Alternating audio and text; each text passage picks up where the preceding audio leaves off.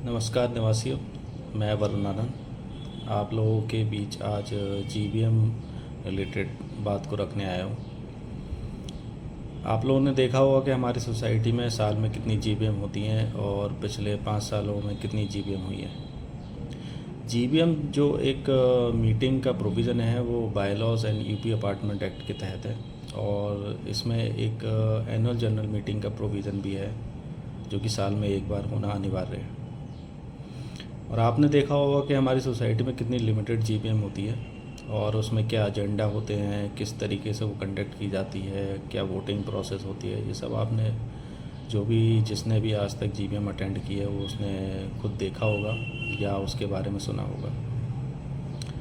GBM के बारे में आपको बताना चाहूँगा कि पिछले 4 जो एओ के टेन्योर रहे हैं उसमें किसी टेन्योर में 2 जीबीएम हुई, किसी में 3 हुई और इस साल तो जो जीबीएम हुई वो कंक्लूड ही नहीं हुई और पिछली 2 जीबीएम।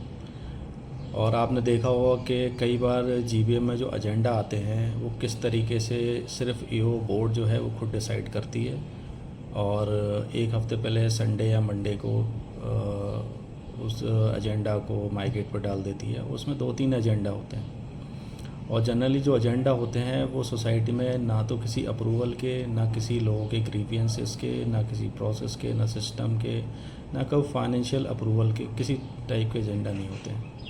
हाँ, जुलाई में या जब फर्स्ट जीबीएम होती है या उससे पहले जब इलेक्शन होते हैं तो फर्स्ट जीबीएम होती है तो सिर्फ एक ऑडिट के लिए ऑडिटर के अपॉइंटमेंट के लिए अप्रूवल लिया जाता है। बाकी सारी जितनी भी जीबीएम आपने देखी होगी वहाँ पे सिर्फ ये बताने के लिए की जाती है कि हमने क्या क्या कर दिया, वो भी वर्बली उन सारी चीज़ों को बताया जाता है जिसे हम कहते हैं अपडेट, वर्क अपडेट। तो आप देखिए ये सब क्यों किया जाता है। और आपने ये भी नोटिस किया होगा कि जीबीएम में अटेंडेंस किस तरीके से होती है, कौन लोग अटेंड करते हैं, किस तरीके से वोटिंग होती है, ये सब आपने नोटिस किया होगा। तो पिछले कई वर्षों में जीबीएम में आपने देखा होगा कि कोई भी आ जाता है। कोई भी का ये मतलब है क्योंकि एक रूल है जीबीएम का कि जीबीएम होती है अपार्टमेंट ओनर एसोसिएशन के मेंबर्स के लिए। क्यों? क्योंकि उनका ही राइट होता है जीबीएम में कोई भी जब एजेंडा लाया जाए तो उसमें रेजोल्यूशन पास होने के लिए उसकी वोटिंग होती है और उन मेंबर्स को ही वोटिंग का राइट होता है। तो मेरा ये कहना है कि जीबीएम में जो अटेंडेंस होती है उसमें वोटिंग राइट के लिए वोटिंग एक प्रोसेस होना चाहिए जो कि डिफाइंड प्रोसेस होना चाहिए। और मैंने इस बात को बहुत बार लिखकर भी जीबीएम के दौरान भी कई बार बोला है। जो अभी तक जीबीएम होती आई उसमें देखा आपने, हाथ उठा दिए, शोर मचा दिए, कभी रजिस्टर पर साइन करा दिए, सबके सामने लिख रहे हैं एग्री है, नहीं है, यस नो, इस तरीके से। तो ये जो इरेगुलर वे ऑफ वोटिंग है इसको ख़त्म होना चाहिए।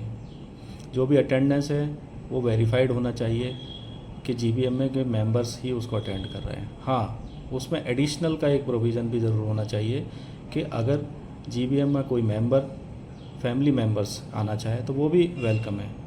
टेनेंट है उसको भी आना चाहिए, लेकिन वोटिंग के टाइम वो अलग होना चाहिए क्योंकि भीड़ में हाथ खड़े करके आप नहीं पहचान सकते किसका वोटिंग राइट है या नहीं है। टेनेंट और ओनर के बीच का डिफरेंस आप वहाँ पे नहीं पता कर सकते। इसलिए आगे मैं आपको बताऊँगा कि डब्ल्यूसी क्या करना चाहती है जीबीएम के लिए। और हमने देखा कि जीबीएम में सबसे बड़ी तो लड़ाई माइक की होती है कि कौन बोलेगा, कौन नहीं बोलेगा, किसको माइक दिया जाएगा, अगर माइक मिल गया तो उसको कैसे डिस्करेज किया जाए कि वो अपनी बात ही ना बोल पाए, बोल रहा हो तो शोर मचा दिया जाए और कोई कुछ बोलने के लिए बार बार रिक्वेस्ट करे, माइक मांगे तो उस पर ही लड़ाई कर दी जाए।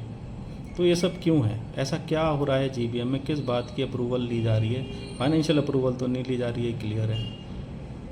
और कोई भी सिस्टम या कोई भी रूल बनाने की अप्रूवल नहीं ली जा रही है।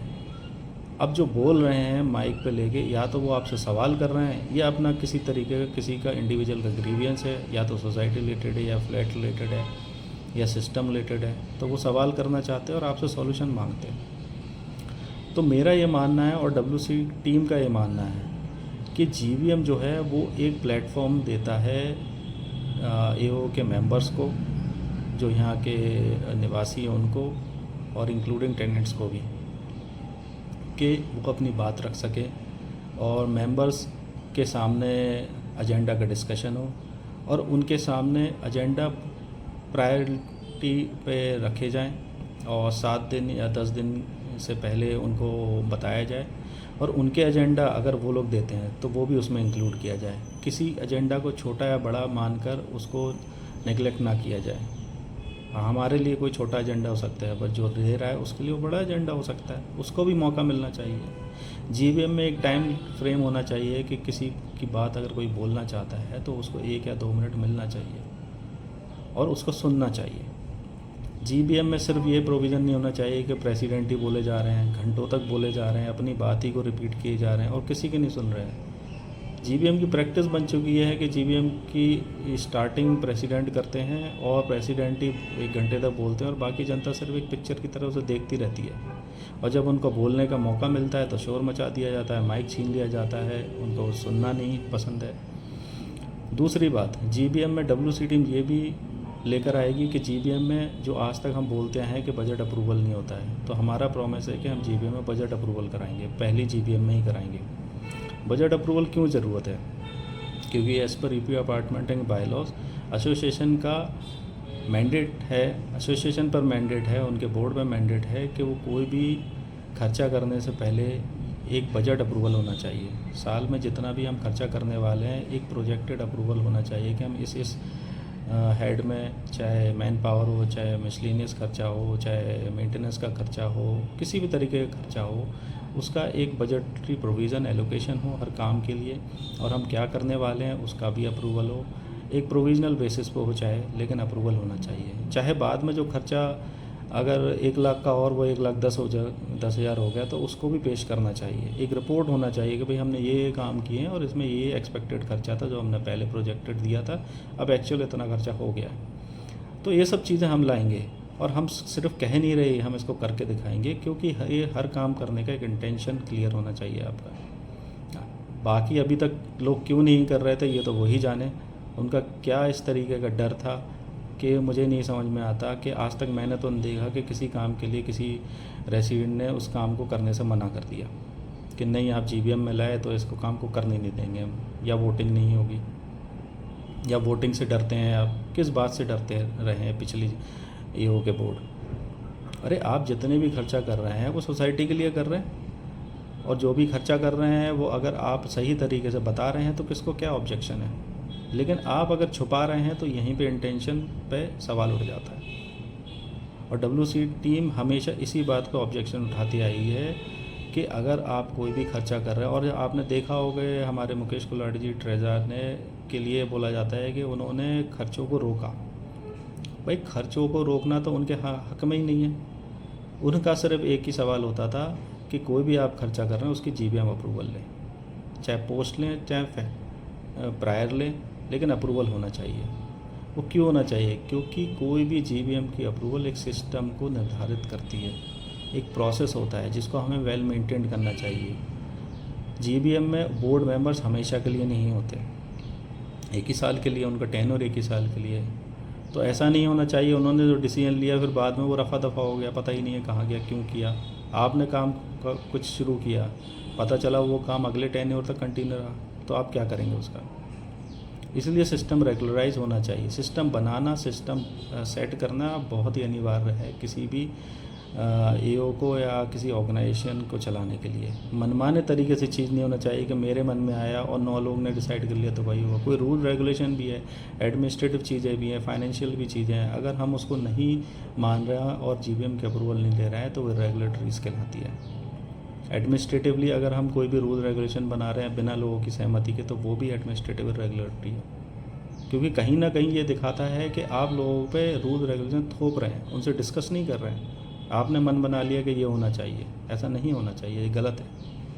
और मेरा मानना है कि हर क्वार्टरली जीबीएम होना चाहिए और साल में एक एजीएम होना चाहिए। एजीएम का मेन प्रोविज़न होता है, यूज़ होता है कि उसमें जो टेन्योर था प्रीवियस उसका सारे खर्चे हर चीज़ पेश होना चाहिए, जिससे लोगों के समक्ष पूरे अकाउंट्स की डिटेल लोगों के सामने पेश की जाए, जिसको हम अकाउंटेबिलिटी भी कहते हैं। और अगर कोई चीज़ नहीं संभलती है, ऐसा नहीं है कि no ad member are jack of all trades. आप कमेटीज़ बनाइए, एडवाइजरी कमेटी बनाइए, हर चीज़ के लिए हम कमेटी बनाएंगे, ये हमारा प्रॉमिस है। हम हल अलग अलग इम्पोर्टेंट्स काम के लिए कमेटी बनाएंगे, हम सिर्फ कहते नहीं आए हैं, हम करेंगे इसको। और ये हमारा इंटेंशन क्लियर है इस बारे में, क्योंकि हम सिस्टम सेट करना चाहते हैं। कमेटीज़ के थ्रू हम सारे रेसिडेंट को इन्वॉल्व करना चाहते हैं हर काम में, जिससे लोगों की पार्टिसिपेशन रहे, उनकी बात सुनी जाए। हमारी सोसाइटी में बहुत लर्नेड लोग हैं, बहुत अलग अलग प्रोफाइल के लोग हैं, अलग अलग जगह से आते हैं, उन सब का कहीं ना कहीं कोई एक्सपीरियंस है और वो सब इनपुट दे सकते हैं, सब सोसाइटी की डेवलपमेंट के लिए हेल्प कर सकते हैं। ज़रूरी नहीं है कि 9 ही लोग या उनके सपोर्टर्स ही इस बात को बोले कि नहीं नहीं हमें कोई सब पता है, बाकी किसी को कुछ नहीं पता। जो गलत धारणा है।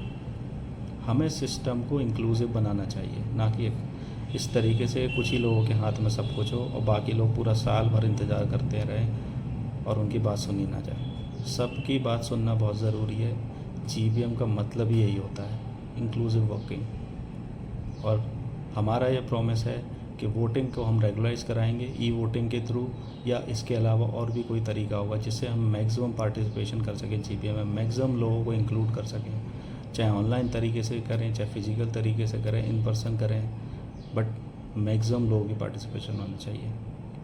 क्योंकि जब तक आप ज़्यादा से ज़्यादा लोगों को इन्वॉल्व नहीं करेंगे, आपका इंटेंशन हमेशा डाउटफुल रहेगा। और यही हमेशा इस बात की लड़ाई रही है। इसी बात के लिए WC टीम हमेशा आपके सामने ये सवाल उठाती रही है और आगे इसको करके दिखाएगी। नमस्कार।